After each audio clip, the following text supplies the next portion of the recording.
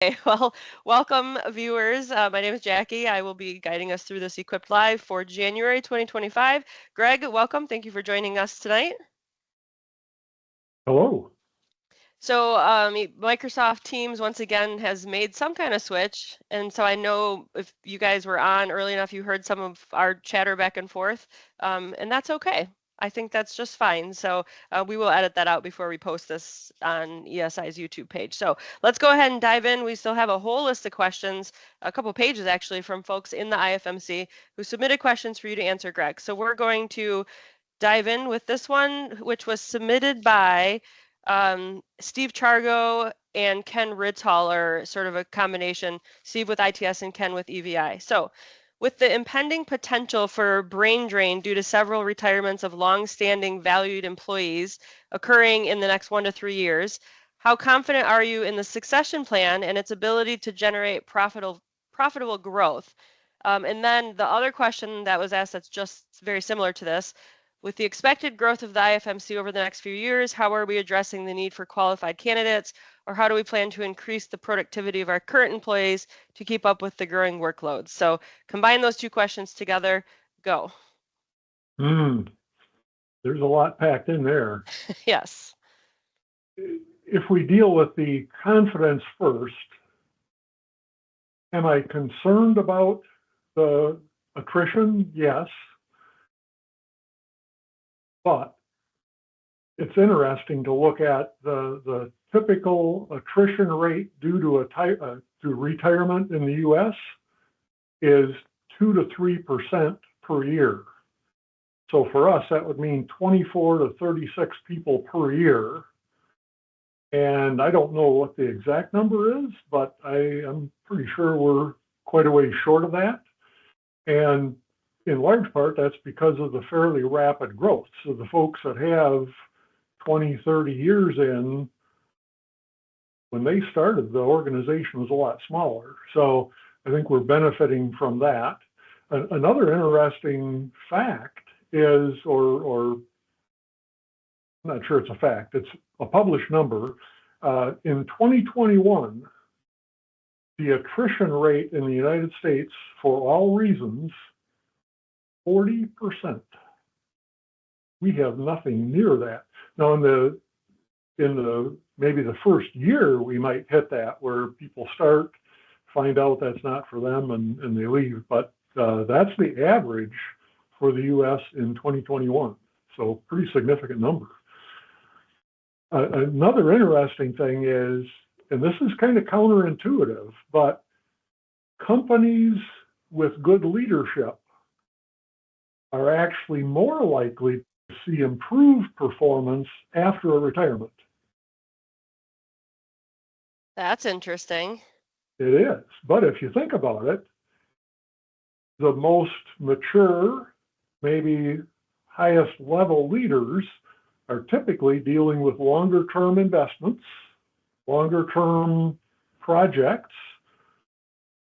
But now they have this annoying habit of asking the people in their chain of command things about that and having meetings about that, and that distracts them from their shorter term work. When they leave, they quit distracting their team.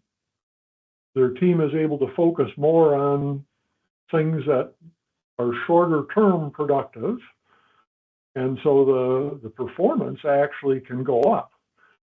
But that now gives the next leader a little bit longer window in time to start focusing more on the longer term issues.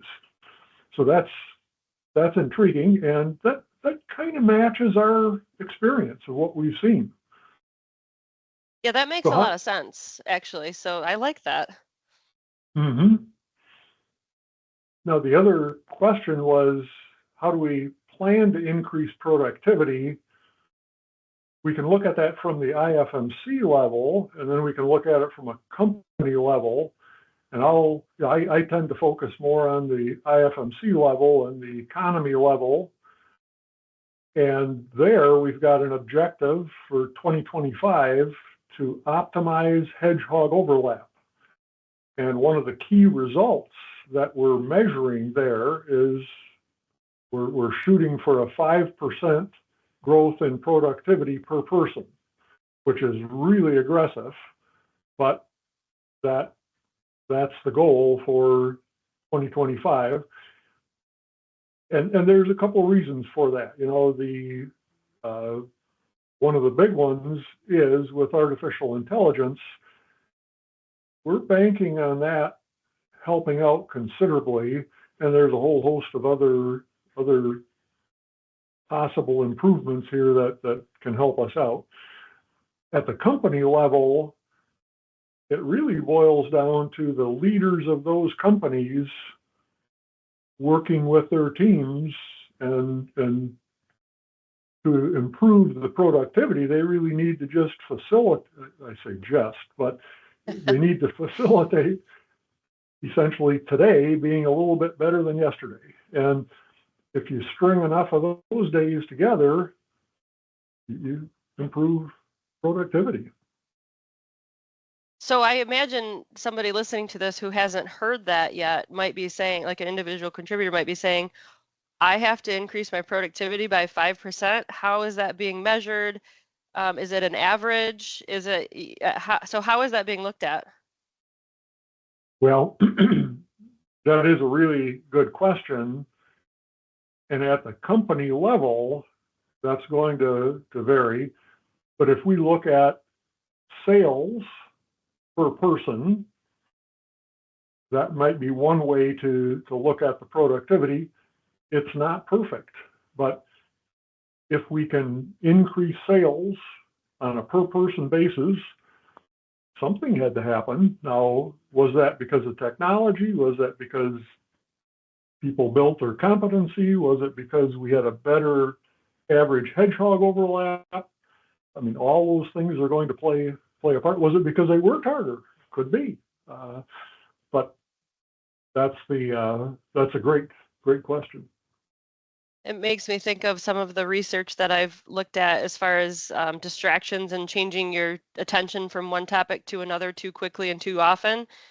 So there's probably 5% in productivity gains that we can get just from streamlining and making processes more efficient and people less distracted. So that's, I think 5% is possible. Mm-hmm. Okay, let's kind of switch gears a little bit, and what we're not a little bit, it's actually quite a lot, and what we're talking about. The next question also was from Ken Rittaller at UVI, but with the state of Michigan requiring guaranteed sick time off in 2025, will this affect the IFMC benefits? Maybe, but it's not a real direct connect.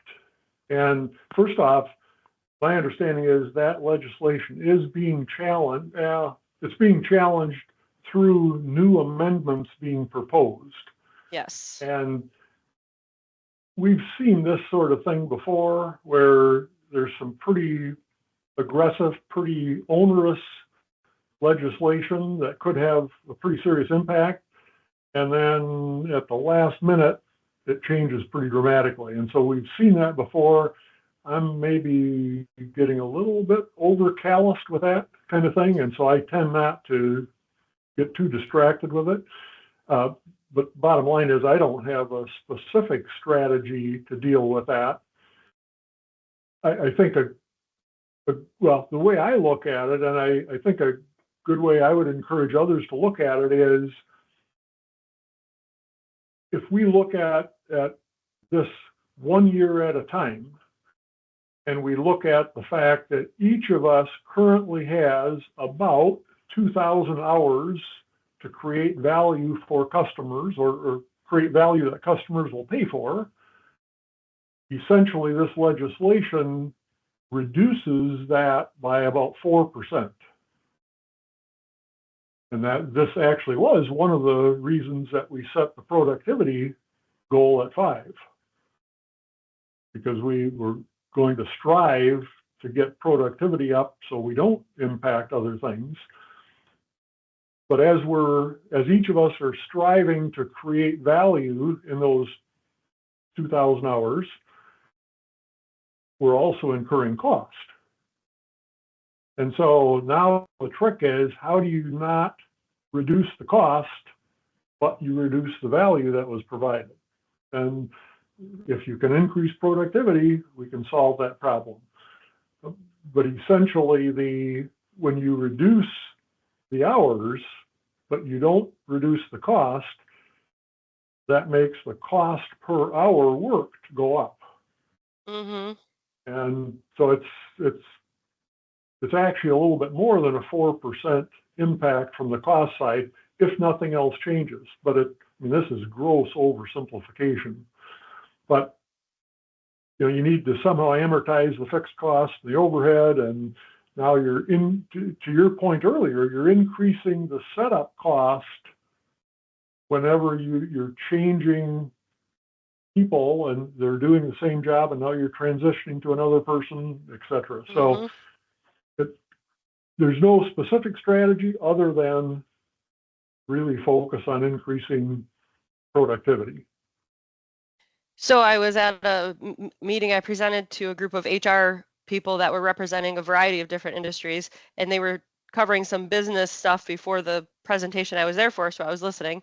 And someone asked the question, what is everybody doing about this guaranteed sick time off in 2025? And every one of them sort of said the same thing you did, is that these things change constantly. So we're waiting to find out what happens with the government and where it actually lands. So not uncommon to think that way. Just one other thought here. In the U.S., the 5-year compounded annual growth of productivity for manufacturers is at 0.4%. And that's the National Institute of Standards and Testing that published that number. And so that covers a lot of different markets, a lot of different types of manufacturing, but that's an interesting number that it's 0.4.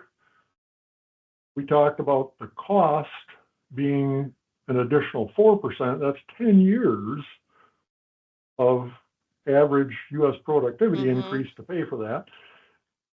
A couple other ways to view it is, as long as all manufacturers have to deal with that, then raising the price is not, raising prices always is an issue, but everybody will have to do it. Unfortunately, this is Michigan only, and so that really puts Michigan manufacturers at a disadvantage. However, there are other states like California, Illinois, New York that are doing other things that are even more onerous. So that is true. It's a dynamic world. You say 0.4%, and then I drafted an article for Equip today with one of the units in the IFMC, and that's all I'm going to say. Kind of a teaser for the Equipped article that'll come out. But they grew over 2023 numbers in 2024 by 69.4%. So that's way bigger than that 0.4% growth. So that's exciting. Absolutely. I think we have time for one more quick question. The question was from Wayne Morgan, OMC, and Quest. I've heard in the past that some IFMC companies have employee handbooks and defined pay scales. Is this true, and why is it not a requirement for all of them? Well, it's not practical for all types of work. So if we maybe separate work in like physical, more production-oriented work from more mental work of innovation, leadership, problem solving, those are really different types of work. But it turns out that that isn't exclusive to a certain person. So just because someone works maybe primarily in a production role or works physically doesn't mean they're not contributing to problem solving, leadership, and innovation. So you've got a mix there. If we just focus on the physical work, there's really maybe 5 different types of manufacturing. One is where you're manufacturing first of a kind. So it's the first time anything was ever built like that.